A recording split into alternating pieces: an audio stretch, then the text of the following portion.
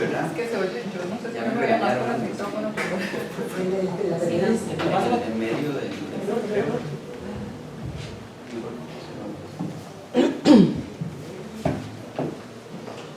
Muy bien. Hemos tenido 4 presentaciones. Las 2 primeras conversaron sobre la actualización de la tabla de especificaciones.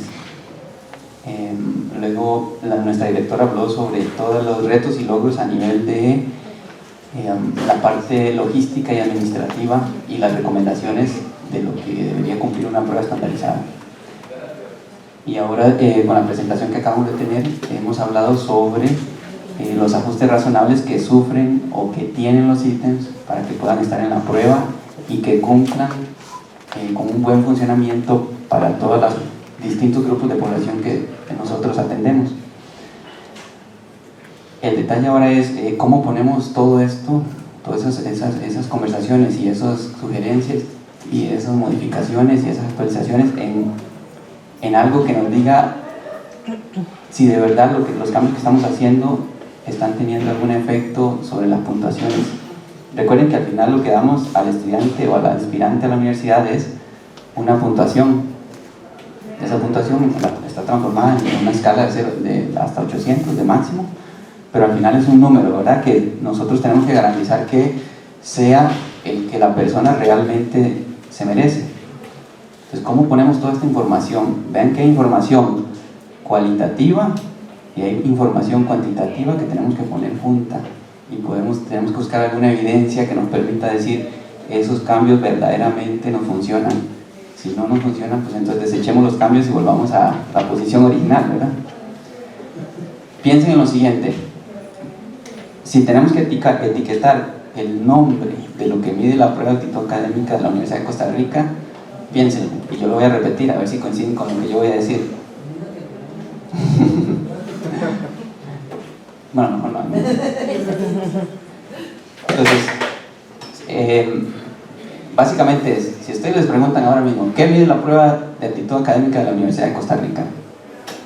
Habilidades generales de razonamiento en contextos verbales y matemáticos. ¿Coincidieron conmigo?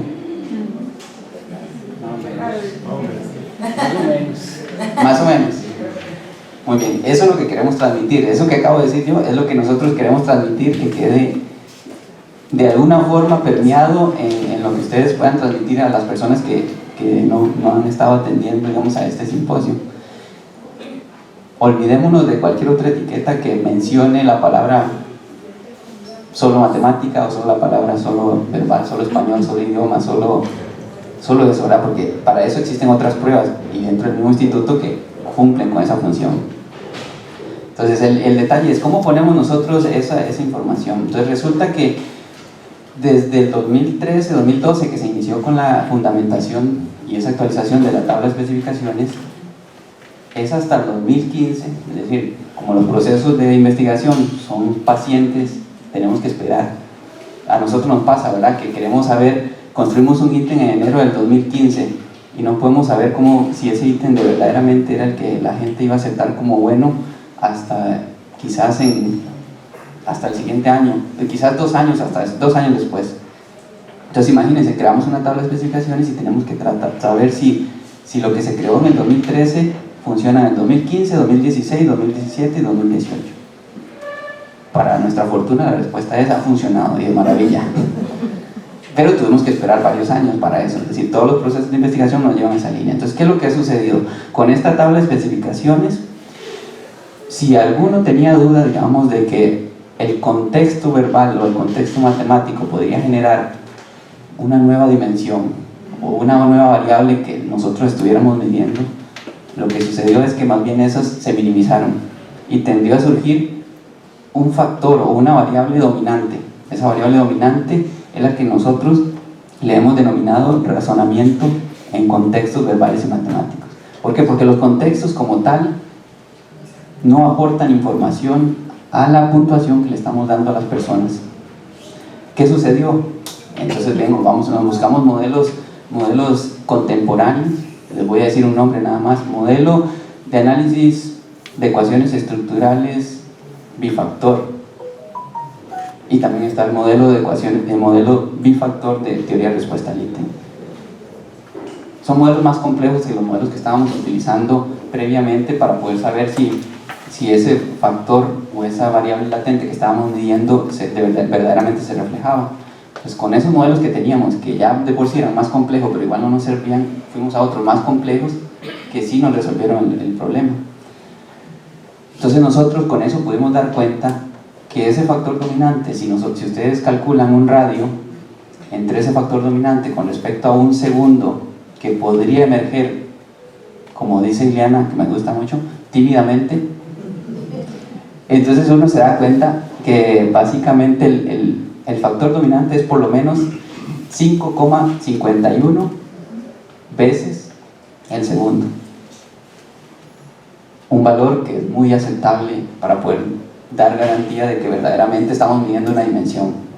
Y eso coincide con la puntuación que le damos a cada una de las personas. Recuerden que a las personas le damos una única puntuación. Eso debería estar reflejado en una única variable latente.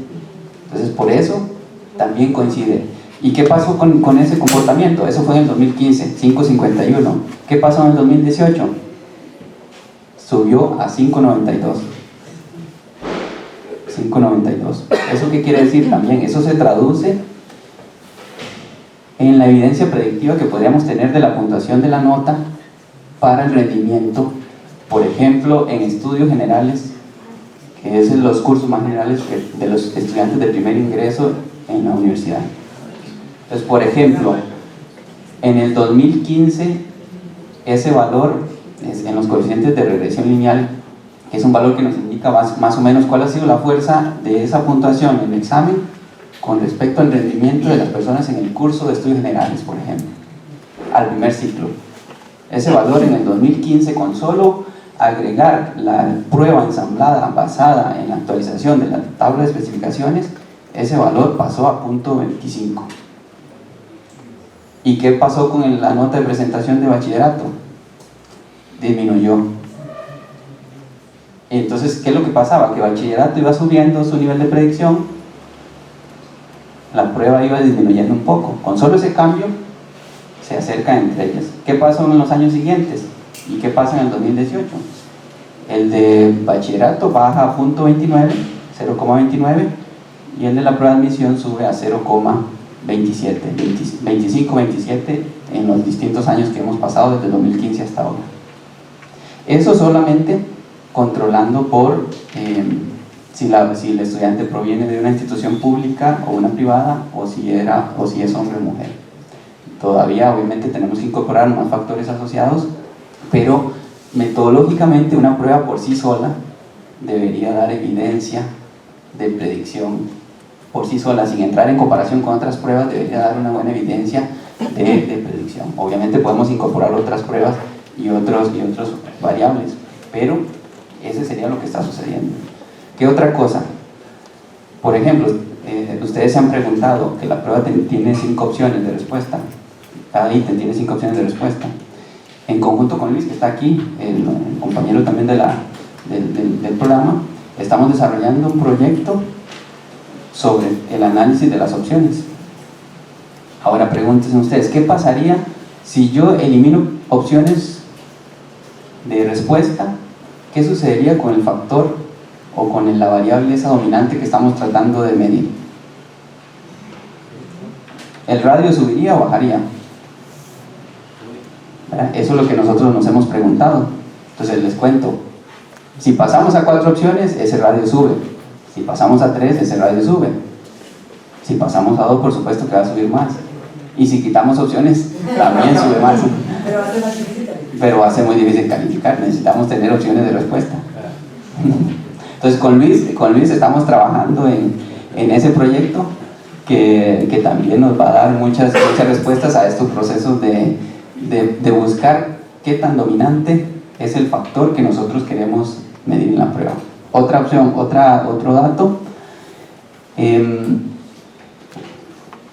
que usualmente piden es, por ejemplo, si hablamos en términos de porcentaje, ¿qué porcentaje de varianza común estaría acumulando o estaría midiendo o estaría explicando el factor o la variable latente que nosotros le hemos llamado razonamiento en contextos verbales y matemáticos. Todo junto, no lo separen. Con solo el cambio de la tabla de especificaciones, ese valor basado en el modelo bifactor con una variable latente dominante estuvo en 77%. ¿Qué pasó en el 2018?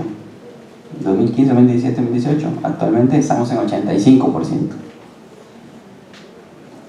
Eso nos da también otra tranquilidad de que los cambios que estamos incorporando han venido precisamente a favorecer que haya una correspondencia entre la nota que estamos dando a las personas y lo que nosotros verdaderamente estamos midiendo.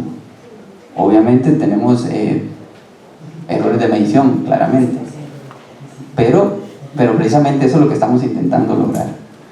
Entonces vean que esos cambios precisamente fueron los que nos favorecieron.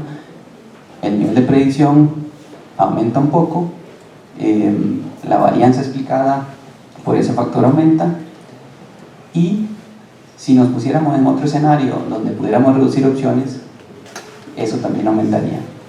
El radio entre el primer factor y el segundo también aumentaría. Entonces, como ven, todo lo que hemos ido pensando, obviamente han pasado varios años y nosotros cada año estamos esperando que el veredicto final de la prueba aplicada en septiembre o octubre nos diga que no estábamos equivocados. Obviamente hemos estado basándonos en teoría y en lo que ha sucedido y otras experiencias, pero la prueba final nos lo dicen los estudiantes, los aspirantes, cuando responden esa prueba.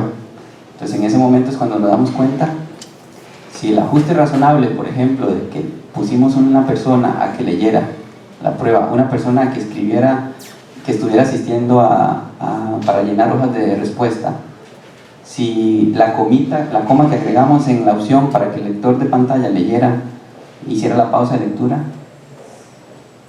si todas esas cosas de verdaderamente nos están ayudando, y eso es lo que está sucediendo. Ahora tenemos otras incógnitas. Por ejemplo, ustedes vieron que en el ítem que estaba allí había, Carlos presentó algunos también que tenían un no subrayado o en negrita o algunas palabras. Estamos trabajando en ello. Si el cambio, si podría ser, ¿habría algún cambio si yo le pongo esa palabra en negrita o no a alguien que responde a la prueba? Otra vez, no se pierdan el siguiente simposio.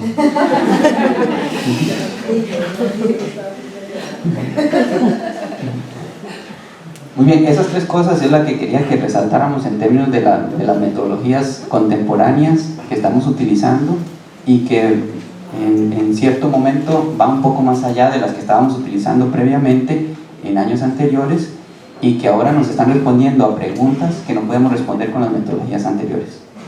Ese es el punto que nosotros queremos que ustedes también tengan claro. Con eso termino.